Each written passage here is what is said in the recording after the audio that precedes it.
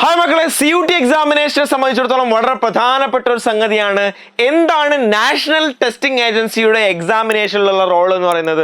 നമുക്കറിയാം എല്ലാ എക്സാമിനേഷനും കണ്ടക്ട് ചെയ്യുന്നത് നാഷണൽ ടെസ്റ്റിംഗ് ഏജൻസിയാണ് ഇപ്പോൾ. അതുകൊണ്ട് തന്നെ നാഷണൽ ടെസ്റ്റിംഗ് ഏജൻസി എന്തൊക്കെയാണ് ചെയ്യുന്നത്? അഡ്മിഷനും നാഷണൽ ടെസ്റ്റിംഗ് ഏജൻസി തന്നെയാണോ, അല്ലെങ്കിൽ NTA തന്നെയാണോ എല്ലാ പ്രോസസ്സും നടത്തുന്നത്? അവസാനം വരെ NTA കൂടെ ഉണ്ടാവുക തുടങ്ങിയിട്ടൊക്കെയുള്ള ഒരുപാട് സംശയങ്ങൾ ആളുകൾക്കുണ്ട്.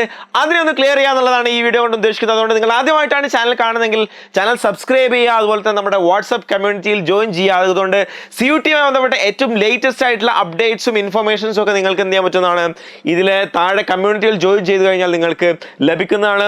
ഏറ്റവും ലേറ്റസ്റ്റ് ആയിട്ടുള്ള ഇൻഫർമേഷൻസ് വീഡിയോസ് ഒക്കെ കിട്ടുന്നതായിരിക്കും എന്നുള്ളതാണ്. അപ്പം NTA നാഷണൽ ടെസ്റ്റിംഗ് ഏജൻസി എന്ന് പറയുന്നത് ഇന്ത്യയിലെ എൻട്രൻസ് എക്സാമിനേഷൻസ് കണ്ടക്ട് ചെയ്യാൻ വേണ്ടിയിട്ട് ദേശീയ തലത്തിൽ രൂപീകരിക്കപ്പെട്ടുള്ള ഒരു ഓർഗനൈസേഷനാണ്.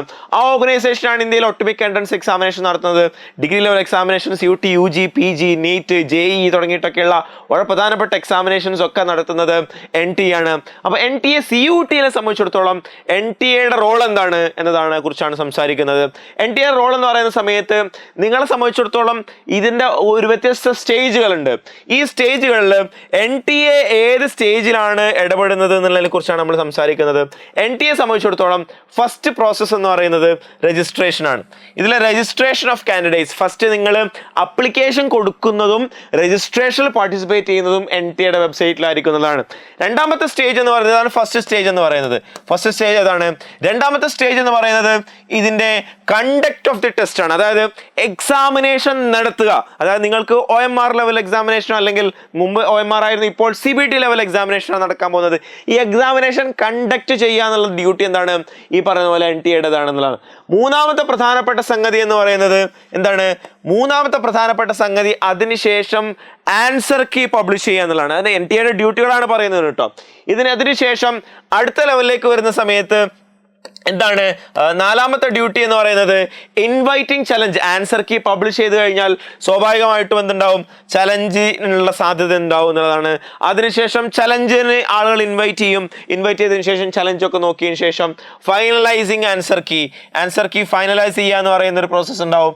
അതായിരിക്കും അഞ്ചാമത്തെ ഡ്യൂട്ടി എന്ന് പറയുന്നത്.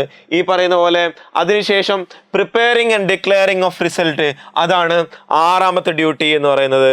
ആറാമത്തെ ഡ്യൂട്ടി NTA-യെ സംബന്ധിച്ചിടത്തോളം ആൻഡ് ഹോസ്റ്റിംഗ് സ്കോർ കാർഡ്. അതിനുശേഷം സ്കോർ കാർഡ്. അങ്ങനെ 7 ഡ്യൂട്ടികളാണ് NTA സംബന്ധിച്ചിടത്തോളം. നമ്മളിങ്ങനെ കൃത്യമായിട്ട് ഇങ്ങനെ മുറിച്ച് നോക്കുകയാണെങ്കിൽ കാണാൻ വേണ്ടി സാധിക്കുന്നത്. ഇത്രയും ഡ്യൂട്ടി കഴിയുന്നതോടുകൂടി NTA-യുടെ ദൗത്യം പൂർത്തിയാവും എന്നുള്ളതാണ്. അതുകൊണ്ട് തന്നെ നിങ്ങൾ മനസ്സിലാക്കേണ്ടത്, എക്സാമിനേഷൻ നോട്ടിഫിക്കേഷൻ വിളിക്കുക, എക്സാമിനേഷൻ അപ്ലിക്കേഷൻ വിളിക്കുക, അപ്ലിക്കേഷന് വേണ്ടിയിട്ടുള്ള സംവിധാനങ്ങൾ ഒരുക്കുക, അപ്ലൈ ചെയ്ത ആളുകൾക്ക് അതുമായി ബന്ധപ്പെട്ട ഇൻഫർമേഷൻസ് കൊടുക്കുക, എക്സാം കണ്ടക്ട് ചെയ്യുക, എക്സാമിന് ശേഷം ആൻസർ കീ പബ്ലിഷ് ചെയ്യുക, ആൻസർ കീ ചലഞ്ച് ഉണ്ടാവും, ചലഞ്ചിന് ശേഷം സ്കോർ കാർഡ് പബ്ലിഷ് ചെയ്യുക, സ്കോർ കാർഡ് പബ്ലിഷ് ചെയ്ത് കഴിഞ്ഞാൽ NTA-യുടെ പണി അതോടുകൂടി പൂർത്തിയായി എന്നുള്ളതാണ്. അതിനുശേഷം നിങ്ങളുടെ സ്കോറുകൾ അതത് പാർട്ടിസിപ്പേറ്റിംഗ് യൂണിവേഴ്സിറ്റികൾക്ക് അയച്ചു കൊടുക്കുന്നതോടുകൂടി എന്താണ്? NTA-യുടെ ദൗത്യം കഴിഞ്ഞു. ബാക്കി പണി എടുക്കുന്നത് ആരാണ്? അതിനുശേഷം യൂണിവേഴ്സിറ്റികളാണ് എന്ത് ചെയ്യുന്നത്? ഈ പറയുന്ന പോലെ a merit list will be prepared by participating universities or organisations.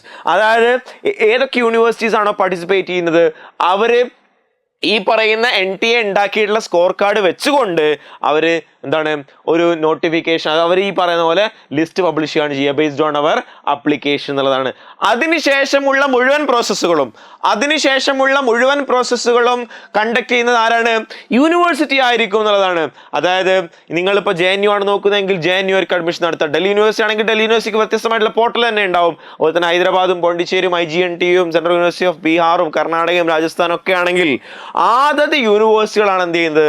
പിന്നീടുള്ള പ്രോസസ്സ് നടത്തുന്നത്. അപ്പോൾ അവർ ഫസ്റ്റ് ലിസ്റ്റ് പബ്ലിഷ് ചെയ്യും, സെക്കൻഡ് ലിസ്റ്റ് പബ്ലിഷ് ചെയ്യും, തേർഡ് ലിസ്റ്റ് പബ്ലിഷ് ചെയ്യും. അതിനുശേഷവും ആളുകൾ വന്നിട്ടില്ലെങ്കിൽ ഈ പറയുന്ന പോലെ തന്നെ സ്പോട്ട് അഡ്മിഷൻ ഉണ്ടാവും. ഇങ്ങനെയുള്ള എല്ലാ പ്രോസസ്സുകളും നടത്തുന്നത് പിന്നെ അതത് യൂണിവേഴ്സിറ്റികളായിരിക്കും. അതുകൊണ്ട് സ്കോർ കാർഡ് പബ്ലിഷ് ചെയ്യുന്നതോടുകൂടി NTA-യുടെ ദൗത്യം അവസാനിക്കുകയാണ്. സ്കോർ കാർഡ് പബ്ലിഷ് ചെയ്ത് കഴിഞ്ഞാൽ പിന്നെ NTA-യുടെ വെബ്സൈറ്റിൽ അപ്ഡേഷൻസ് ഒന്നും ഉണ്ടാവില്ല, ആപ്ലിക്കേഷൻ വിളിച്ചതില്ല. അപ്പോൾ നമ്മൾ കൺഫ്യൂഷൻ ആവാൻ പാടില്ല. CUT ആസ്പിറൻസ് പ്രത്യേകം ശ്രദ്ധിക്കുക.